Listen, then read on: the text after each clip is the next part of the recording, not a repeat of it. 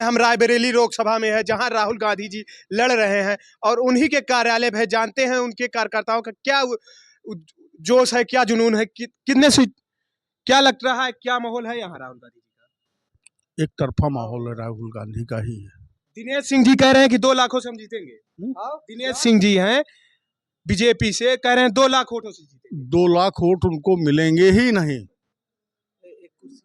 जीतने की बात छोड़ दीजिए, 2 लाख तक वो पहुंचेंगे कि नहीं, ये पहले सोचने वाली बात। क्यों बीजेपी ने इतना काम किया है, कुछ असर नहीं है रायबरेली? क्या काम किया? अरे राम मंदिर बन गए हैं, रोजगार दिए हैं, इतना आप राम मंदिर अभी हमने एक चैनल को दिया है, यूट्यूब के चैनल को। इन्होंने राम मंदिर बनाया नहीं है, इन्होंने राम मंदिर तोड़ा है। पहले राम मंदिर के बारे में आप पता कीजिए कि राम मंदिर वहाँ पर जो बाबर ने बनवाया था, जिसको इन्होंने मस्जिद बताकर तोड़ा है, वो क्या था। उस पर बाबर ने, जब वो उसका निर्माण पूरा हो गया तो उसमें अरबी भाषा में एक पत्थर भी लगवाया था। जी आप बड़ी बात कह रहे हैं कि राम मंदिर तोड़ी गई है। हाँ, राम मंदिर तोड़ी गई है। बीजेपी ने पूरे देश में नफरत फैलाया है और राम मंदिर ही तोड़ा है, क्योंकि उस चैनल उसमें जो है, उसने बाबर ने एक पत्थर भी लगवाया था जिसपे लिखा था सीताए पाक, अरबी भाषा में, जिसका अर्थ होता है कि सीता की तरह पवित्र स्थान।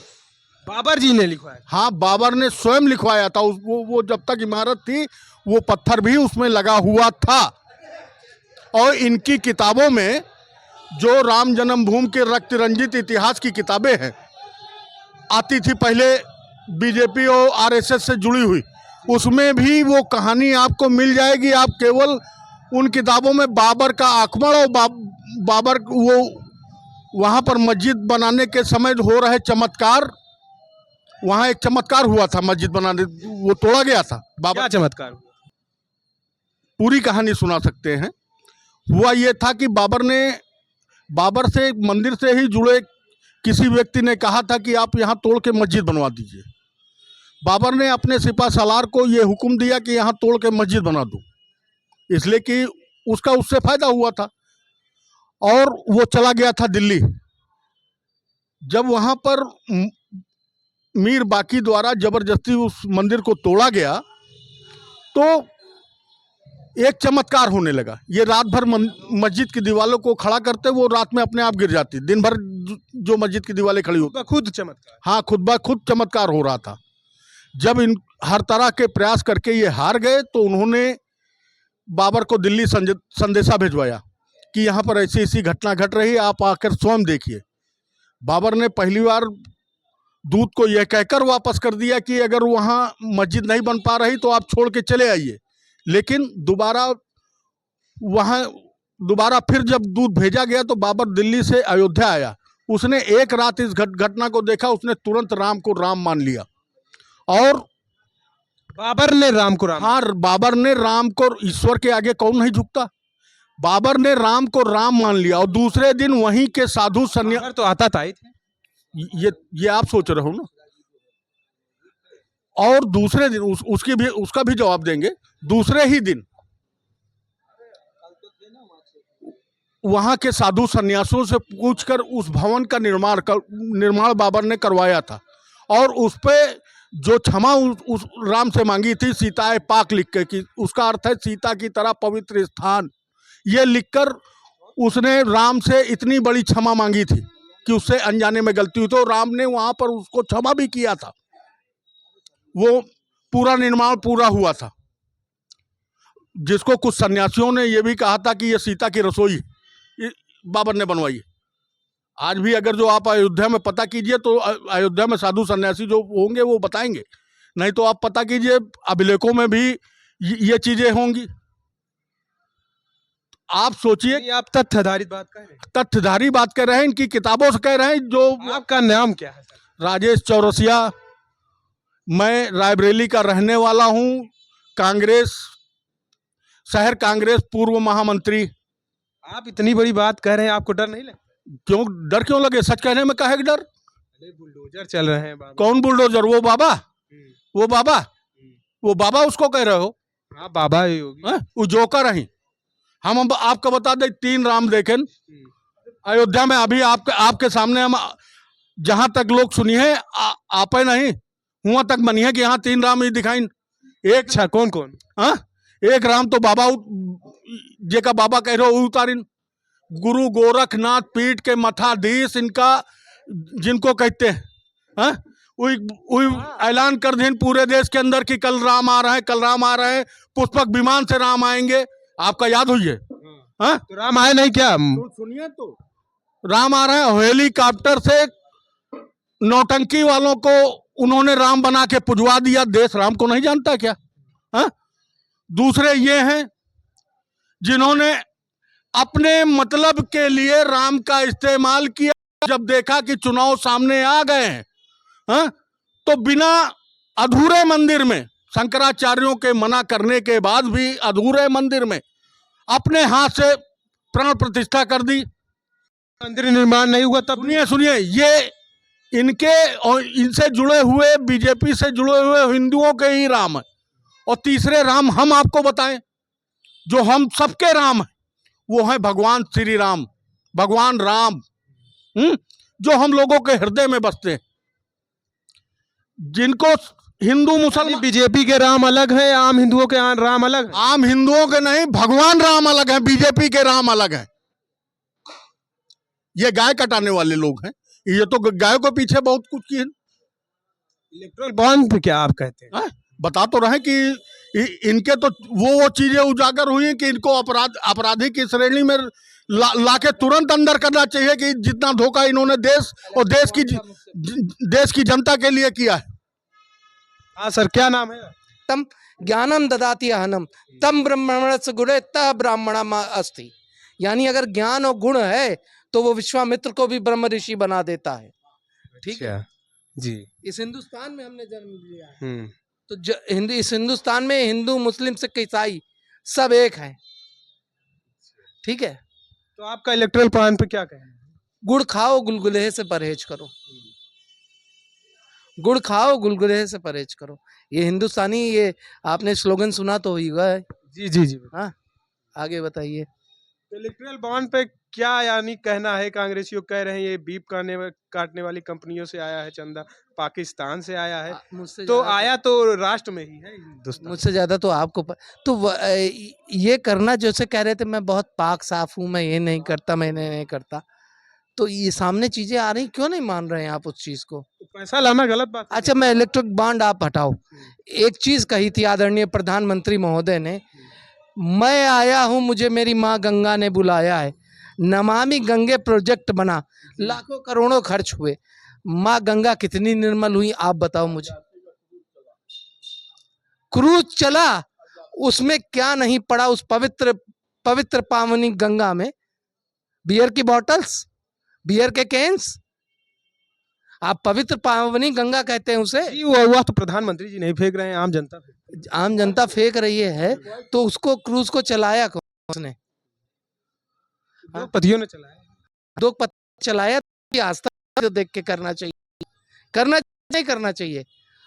वो यह मैं नहीं कहता, वो नदियों को भी माता कह के बुलाते हैं।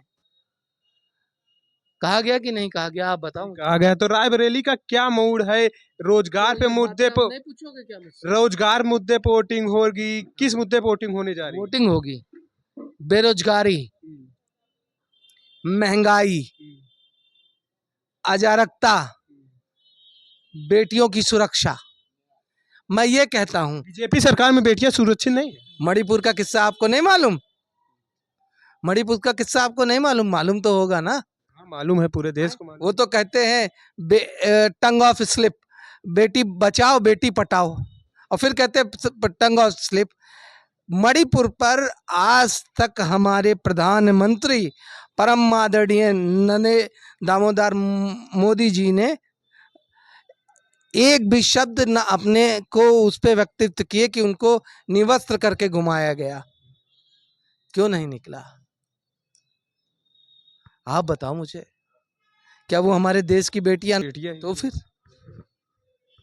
तो क्या लगता है, क्या माहौल है? एक जहां दिनेश प्रताप सिंह जब कह रहे हैं 2 लाखों से वोटों से जीतेंगे, वह कांग्रेस के ही थे। को मैं एक चीज और कर्नाटक में हैं, इन्हीं के सांसद है ना, हैं, ये कहते हैं या देवी सर्वभूतेषु मातृ रूपेण संस्थिता नमस्तस्यै नमो नमः। यानी लड़कियों औरतों के लिए ये महानता के शब्द हैं। इन्हीं के सांसद ने क्या किया है, क्या किया है बताइए। आप बताइए ना, आप मालूम है। हम कहाँ बताएंगे, जनता आप है तो आप बताएंगे कि सेक्स स्कैंडल में उन्हीं का तो नाम आ रहा है। जल रमन्ना। हाँ, परवजल लमन्ना, आप बताइए, इन्हीं के सांसद हैं वो। इस पे एक शब्द नहीं बोलेंगे जी, क्यों नहीं बोलेंगे? आपका क्या नाम? बेटियां, एक मिनट। सूर्यवंशी। और इस बार चुनाव जो है देश का और लोकतंत्र का चुनाव, लोकतंत्र किस प्रकार बचाया जाए, संविधान को किस प्रकार बचाया जाए, ये चुनाव कोई पार्टी का चुनाव नहीं है, ये चुनाव देश बचाने का है। इस समय भारत देश का लोकतंत्र खतरे में है, भारत देश का संविधान खतरे में है। चुनाव में राजनीतिक मुद्दे होने चाहिए, ठीक है ना कि कोई धर्म को लेके। राजनीति में धर्म जरूरी है, लेकिन धर्म में राजनीति जिस दिन हो समझ जाना कि देश खतरे में है, ठीक है। 30 मिनट मोदी जी कभी नहीं बताते कि हमने कितना रोजगार लाया, हमने कितनों को नौकरी दी, हमने कितने गरीब। कहते तो है पकौड़ा बेचना भी रोजगार है। हर एक पकौड़ा बेचना रोजगार है। वाह यार वाह, कैसी बात करते हैं देश के मोदी जी। ये बताइए, एक किसान के बेटे को किसानी का अधिकार मिलता है कि नहीं? मिलता है, ठीक है। आप किसी ड्राइवर को देखिएगा, जब तक आप किसी को ना देखो कि ये गाड़ी चलाता है, आप उसके हाथ में गाड़ी नहीं देंगे। लेकिन हमारे देश में कभी जिसने बॉल पकड़ के नहीं देखा, वो अमित शाह का बेटा आज बीसीसीआई का अध्यक्ष बन के बैठा है। ये किस प्रकार का रोजगार है? रोजगार मिला है अमित शाह के बेटे को, ठीक है, लेकिन हमारे देश में जनता को नहीं मिला, अमित शाह नहीं मिला। आप राहुल जी के एक एक भाषण को सुनिए, वो किस प्रकार जनता को समझा रहे हैं कि हम युवाओं के लिए 30 लाख भर्ती लेके आएंगे, 1 लाख हर साल युवाओं को, जिसने स्नातक कर लिया है, जिसने डिप्लोमा प्राप्त कर लिया है, उसे इंटर्नशिप मिलेगी, उसे मतलब रोजगार करने का अवसर दिया जाएगा। 5,000 करोड़ का फंड युवाओं के लिए रखा जाएगा अगर कोई युवा लोन लेके कोई छोटा मोटा व्यवसाय करना है। फिर उन्होंने महिलाओं के लिए बता रहे हैं स्कीम कि हर गरीब परिवार की महिला को 1 लाख रुपए सालाना, यानी कि 8,500 रुपए प्रति माह। तो इधर मोदी जी को तकलीफ होती है, क्यों? क्योंकि गरीब मोदी जी ने खाने को दे देते। अरे मोदी जी ने 22 लोगों को अरबपति बनाया। राहुल जी करोड़ों को लखपति बनाने जा रहे हैं, तो इनको क्यों तकलीफ हो रही है? फिर राहुल जी अग्निवीर भर्ती को खत्म करने जा रहे हैं। सबसे बड़ा मुद्दा, चुनाव होता है, एक बार विधायक 5 साल के लिए बनता है, लेकिन उन्होंने जवानों के लिए 4 साल की नौकरी लाई। हमारे देश के जवान को क्या होगा? 4 साल बाद रिटायर होकर वो क्या काम करेगा? तो अग्निवीर खत्म हो जाएगी। फिर मजदूरों के लिए ऑफर लेके आए राहुल जी, जैसे ही मजदूरी चालू होगी मनरेगा में मजदूरों को 400 रुपए मिल जाएगा, डबल उनकी आय हो जाएगी। फिर राहुल जी समझाते हैं हिस्सेदारी, यानी कि जातिगत जनगणना सबसे महत्वपूर्ण कार्य। राहुल जी कहते हैं कि अगर जितने आदिवासी हैं उनको उतना हिस्सेदारी मिलनी चाहिए, जितने ओबीसी है उनको उतनी हिस्सेदारी मिलनी चाहिए, जितना पिछड़ा वर्ग है उनको इतना हिस्सेदारी मिलना चाहिए, ऐसी। और सबसे बड़ी भूमिका राहुल जी ने कहा कि 50% आरक्षण खत्म कर देंगे। इसमें देश को कितना फायदा होगा? जिसकी जितनी संख्या होगी उसे हर वर्ग से नौकरी मिलेगी। और अब मैं आपको एक अध्यात्म के रूप में समझाना चाह रहा हूं, सबसे गहराई की बात। जब जब होए धर्म की हानि, बाढ़ई असुर अधम अभिमानी, तब तब धरई प्रभु विविध शरीरा, हरई कृपा निधि सज्जन पीरा।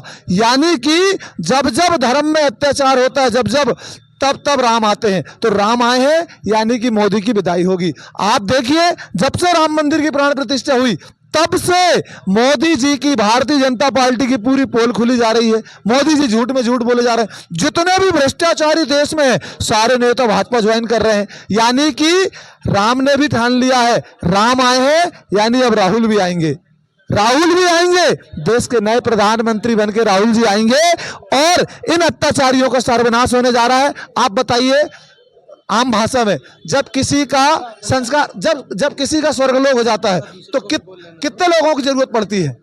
4 लोगों की, है ना। इस बार चुनाव परिणाम भी कितने तारीख को आ रहा है?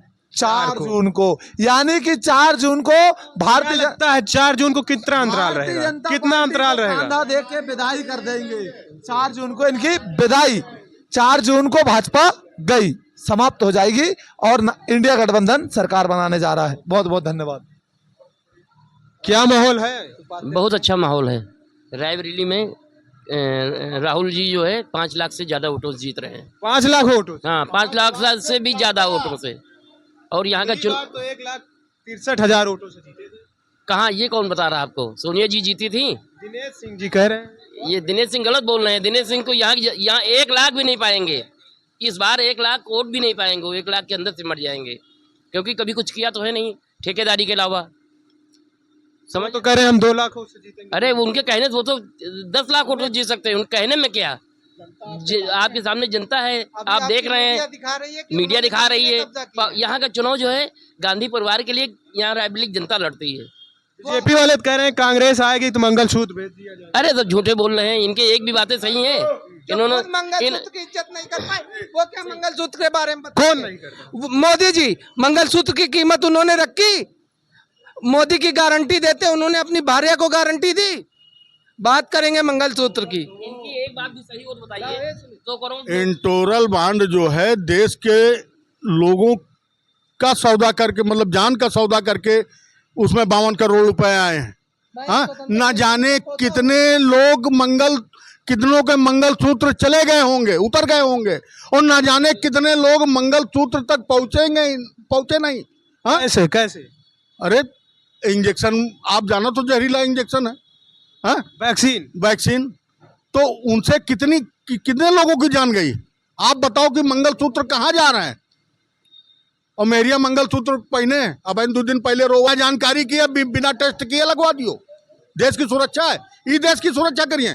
हम आपको बताइए कितने लोग मर रहे हैं हार्ट अटैक से। ये पुलवामा जो हमला हुआ है, पुलवामा हमला, हाँ, आप की रिपोर्ट दे सका तो कि को करवाई से? कौन करवाया? हम आपसे पूछ रहे हैं ना। हाँ? आप बता सका तो? आपके जनरल बीके सिंह रक्षा राज्य मंत्री देश के चैनल के सामने, आज तक चैनल में बैठ के ये कह रहे थे, वहां उनका वो चल रहा था, उन्होंने ये कहा कि जानते हो, एक जगह पर उन्होंने बोला कि आप जानते हो ये जो तंबू हटवाने के लिए हमारे 20 सैनिक जिस तंबू को हटवाने के लिए शहीद हुए, उस तंबू को लगवाने की इजाजत हमने, यानी एक मिनट भेजन, हमने यानी सरकार ने दी थी। अब आप सोचो, उस समय तो चैनल वो टीवी देखी तरह, अगर वो सामने होते तो घसीट के कंटाप मार दे, तो उनके भी, पत्रकारों के भी, कि ये आदमी ये कह रहा हो, तुम ऊपर ध्यान नहीं दे रहे हो। अपने ही जगह पर तंबू लगवाने के लिए उन्होंने कहा होगा, तभी तो सेना गई है उसको हटवाने के लिए। अगर जो सोनम वांगचुक लद्दाख में अगर भूख हड़ताल पर नहीं बैठते तो देश ये नहीं जान पाता। ये बार बार बताते चले आ रहे हैं कि नहीं, वहां चीन ने कब्जा किया ही नहीं, कब्जा कर लिया। और काहे सोनम वांगचुक ऐसा बैठे हैं, उनका ऐसा रोका जा रहा है। आप जा सका तो आप तो प्रधानमंत्री जी कह रहे हैं हमारा देश में डंका बज रहा है। कौन देश में डंका बज रहा है? सुनो, देश में डंका इतना बज रहा है कि 3 किलोमीटर पंजाब में 3 किलोमीटर दूर किसान खड़ा होगा कुछ है तो रोब शुरू कर दिन की मेरी हत्या हो जाएगी है? तो कहते हैं खालिस्तानी। पहले अरे उनके कहे सो जी कहा, हम तो कहे तू पाकिस्तान से मिले हैं। सुनो, जो तुम बात कहो ओके लिए अभी हमें एक बात बता दी। सुनो, हमारे यहाँ जब ये पाकिस्तान में गए थे तो उसके बाद आजम खान जी को इन्होंने जेल में डाल रखा है। हाँ, उन्होंने इनकी तस्वीरें वायरल की थी फेसबुक पर कि देखो ये वहां के आतंकवादियों से भी मिलके आए, आतंकवादियों के साथ इनकी फोटो वायरल हुई थी। है उसको उनको आजम खान से उस समय उन्होंने कहा था, उसमें लिखा था कि अगर जो उनको जो भी कुछ कहना हो मुझको जानते हैं, अगर जो ये बात गलत है तो मैं दावा कर रहा हूँ आके। आप बड़ी बात कह रहे हैं, बहुत बड़ी बात कह रहे हैं, नोमा निकला है फेसबुक पर। एमा कोनो बड़ी बात वाली बात नहीं ना, समझो। ये लोग कौन से बता तो रहे कि आप सोचो कि यहाँ गैया कटावे के पीछे हिंदू मुसलमान सब कुछ कट डाली है, और वहाँ गैया कटवाए का पैसा ले रहे हैं, हिस्सेदारी गैया कटवाए में इनका मिल रही है, तो का मानी हो यहाँ। क्या माहौल है रायबरेली? माहौल यहाँ जो है एक तरफा राहुल गांधी जी का है। दिनेश प्रताप जी कह रहे हैं 2 लाखों से जीतेंगे। दिनेश प्रताप जी की अब की जमानत जब्त हो जाएगी। रायबरेली जनता उनको दिखा देगी कि जो है कि ये इस वक्त जो देश जो है महंगाई, बेरोजगारी और भ्रष्टाचार से लड़ रहा है, वो उनको अब की रायबरेली जनता उनको दिखा देगी, सबक सिखा देगी उनको। बात कर रहे हैं प्रधानमंत्री जी बहुत कार्य करे हैं, बहुत विकास किए हैं। कोई कार्य आप गिना दीजिए रायबरेली में जो उन्होंने करवाया हुए, कोई कार्य 5 कार्य बड़े गिना दीजिए यहाँ पे आपने। हाँ, तो कहते हैं राहुल जी यानी इंदिरा गांधी जी यहाँ क्या कार्य किए हैं वह भी बता दें। मैं बताता हूँ इंदिरा जी के लिए, मैं बताता हूँ। आप बताइए रायबरेली में क्या किए। इंदिरा जी आए टेक्सटाइल मिले आए, और एक हमारी आपको एक घटना बताना चाहूँगा कि जब इंदिरा जी यहाँ आई तो उनसे यहाँ के लोग, उन्होंने कहा कि क्या यहाँ कुछ काम को है, उन्होंने बोला, लोगों ने बोला नहीं मैडम। तो जो ITI बेंगलोर में लगने जा रही थी वो ITI यहाँ लाके लगाई गई है। और इंदिरा जी ने जो उसके बाद, इंदिरा जी के बाद जो रायबरेली का हाल हुआ वो आप लोगों से छिपा नहीं है। इंदिरा जी वो थी जिन्होंने कहा था कि मेरे खून का एक एक कतरा, एक एक बूंद इस हिंदुस्तान के लिए काम आएगी। और हमारा प्रधानमंत्री कहता है मैं झोला उठाऊंगा और चल दूंगा। ये होता है देश का प्रधानमंत्री।